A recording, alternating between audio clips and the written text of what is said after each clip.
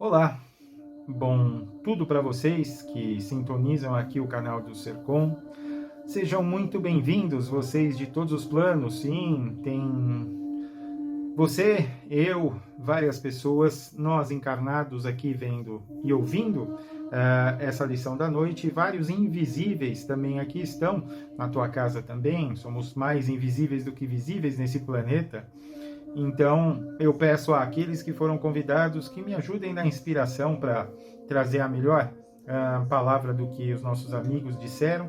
E para aqueles que não receberam a pulseirinha de entrada, que ouçam, aprendam, entendam que existem coisas ótimas a serem feitas. Nunca esquecendo de pedir as grandes vibrações para todos vocês. Por quê? A lição da noite tem muito a ver com o que eu falo em 99% daquelas lições que são trazidas aqui. Por quê?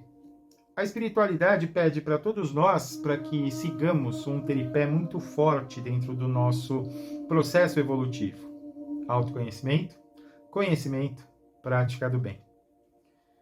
Esse terceiro ponto é o que a dupla dinâmica Chico e Emmanuel preparou para nós nessa lição de número 60, que é muito bem ilustrada por uma frase de Pedro. Pedro diz para a gente o seguinte ponto: porque assim é a vontade de Deus que, fazendo o bem, tapeis a boca à ignorância dos homens loucos. Essa frase ilustra bastante essa lição, assim, uma das mais curtinhas e deste livro. E um livro que tem aí seus 70 anos, 80 anos, sei lá, e a gente percebe que parece que a espiritualidade preparou muito do que está aí para os momentos que a gente vive hoje. O foco da lição do Prática do Bem coloca que nós, vamos imaginar que tivemos e temos a vivência de agora, tivemos vivências anteriores, e que, à medida que o nosso espírito vai crescendo em conhecimento, o pilar de número 2 do tripé, a gente entende muito mais o valor que, por exemplo, as oportunidades que essa vida nos traz, e o quão valioso o tempo é. Se nós lembrarmos de um detalhe, hoje o tempo, o dia, corre muito mais rápido do que há décadas atrás. Estudiosos calculam que nosso dia hoje dura 16 horas, em torno de 16 horas.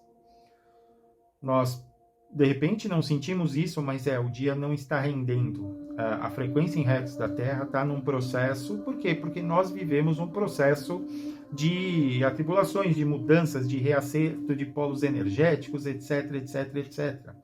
E onde estamos nessa situação ali colocados? No ponto em que, se existem atribuições, se existem atribulações, mudanças e coisas do gênero, nós também precisamos mudar. E se o conhecimento nos faz mais compreensivos, então que a gente entenda que gastar os nossos recursos, as nossas energias, o nosso tempinho em discussão, isso já é coisa do passado, muito passado. E se não é, que deva ser. É justamente isso. A cada palestra que você vê por aqui, a gente percebe chamados, a gente percebe colocações e coisas do gênero.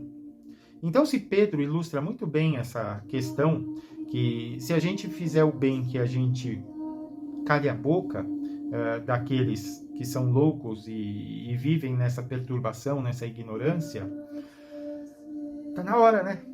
É muito isso que se coloca. Então, o primeiro convite é aquele: quantas pessoas que se gostavam muito, que se amavam por causa de besteira, de orgulho ferido, deixaram de conversar e estão assim há anos? Festas que ambos frequentam, cada um fica de um lado, ou de repente se um chega o outro vai embora, a outra vai embora, e palpitam aquelas frases assim: ah não, mas a razão era minha. Ah, por que eu vou? Eu não vou me rebaixar para dizer desculpa, não. Bom, estou falando e ensaiando diversas vozes diferentes para colocar que Por mais que dure anos, que mais que desastres foram causados para as duas partes, ou para as famílias, ou coisas assim. Gente, se a gente pensar, quantas pessoas, pais e filhos, deixaram de conversar por causa de polarização, que eu não gosto nem mais de falar nessa história.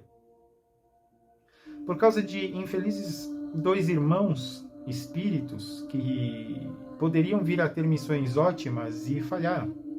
Sim, falharam. Eu falo isso, a espiritualidade fala isso. E quantos ali viraram escravos e deixaram de se conversar porque simplesmente pensam diferente? E décadas de amizade, ou de parentesco, ou de vizinhanças, se foi. Então,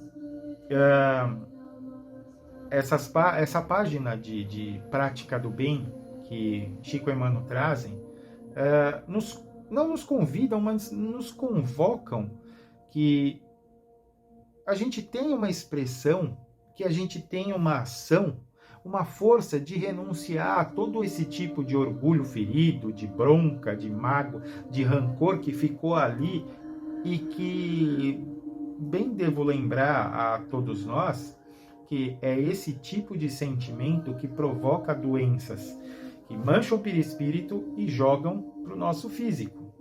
Infelizmente, o câncer é uma delas.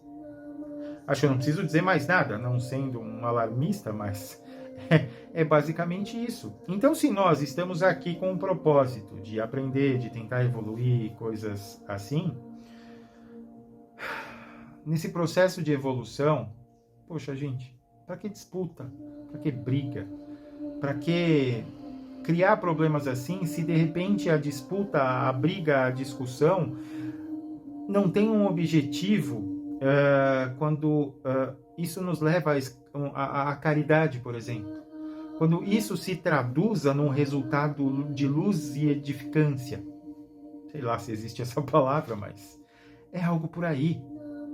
Nesse caminho, a prática do bem acaba sendo uma bússola para esse nosso processo de evolução, para essa nossa reforma, para esse nosso encontro com nós mesmos. Aí vai o primeiro pilar do autoconhecimento e seguir em frente. Então, vamos nos convencer, basicamente, e isso me faz entender o seguinte: se a gente pegar o principal de todos os exemplos, quem foi? Sim, ele, o melhor professor, o maior mestre, o grande avatar que esteve aqui na Terra, o maior de todos. Lembrem-se, quando religiosos e políticos, sim, se vocês percebem e se lembram, Jesus morreu por causa dessa mistura. Fica a dica. Quando religiosos e políticos tentavam a cada vez mais, junto com as forças de segurança, buscavam intimidar, discutir, provocar, entender, e diziam assim: quem que você é? Você é aquele Elias que voltou? Quem você pensa que é? Você é maior que Deus e não sei o quê. Ao invés de cair nisso, o que aconteceu? Jesus teoricamente deu a outra face. Jesus teoricamente se entregou para aquilo e ficou, entre aspas, na dele. Ele sim foi o grandioso.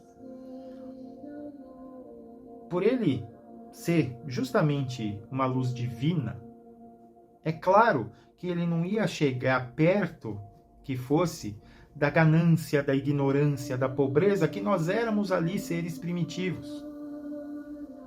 Ele viu ali todos nós daquele jeito e ao invés de mostrar autoridade, ao invés de colocar e desistir e falar assim, não, desculpa, isso aí é coisa perdida, ele, pelo contrário, deixou para nós uma lição de amor, de ensinamento, de entender que ele era o Messias, mas não o Messias que a maior parte dos hebreus achava que era.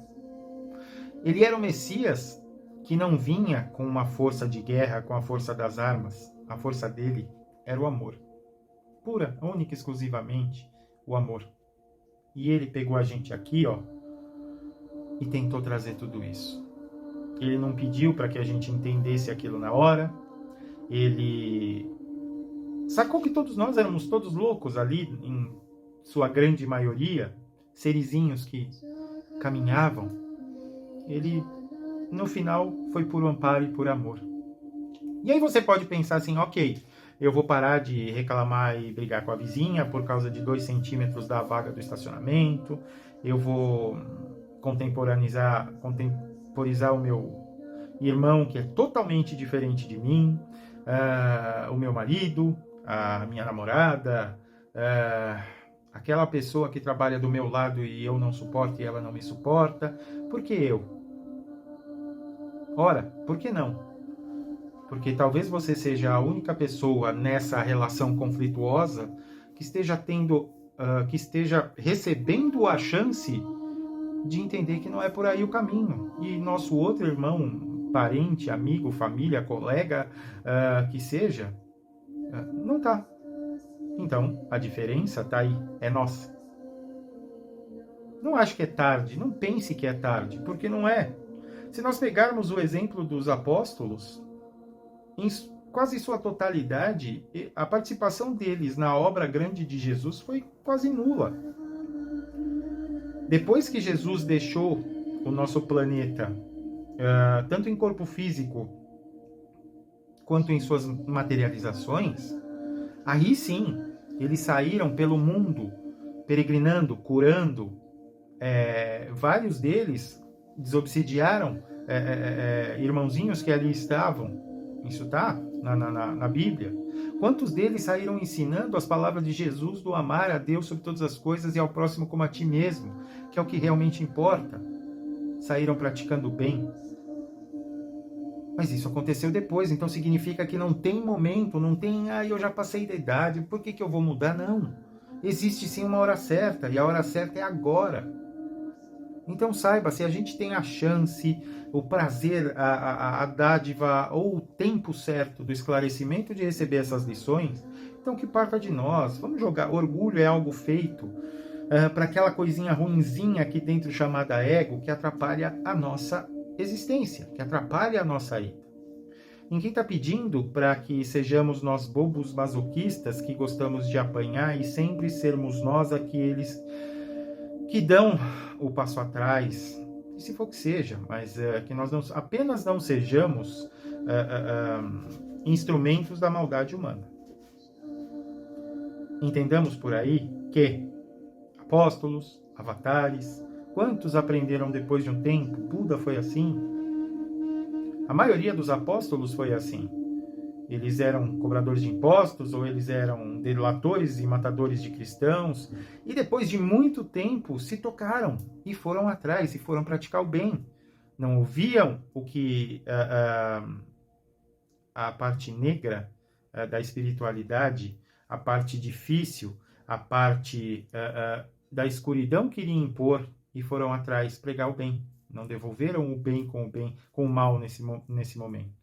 Então, joga no lixinho reatividade, joga no lixinho vingancinhas, orgulho chato e coisas assim. A espiritualidade pede e, principalmente, você precisa disso. Vamos praticar o bem? A gente precisa, vale muito a pena.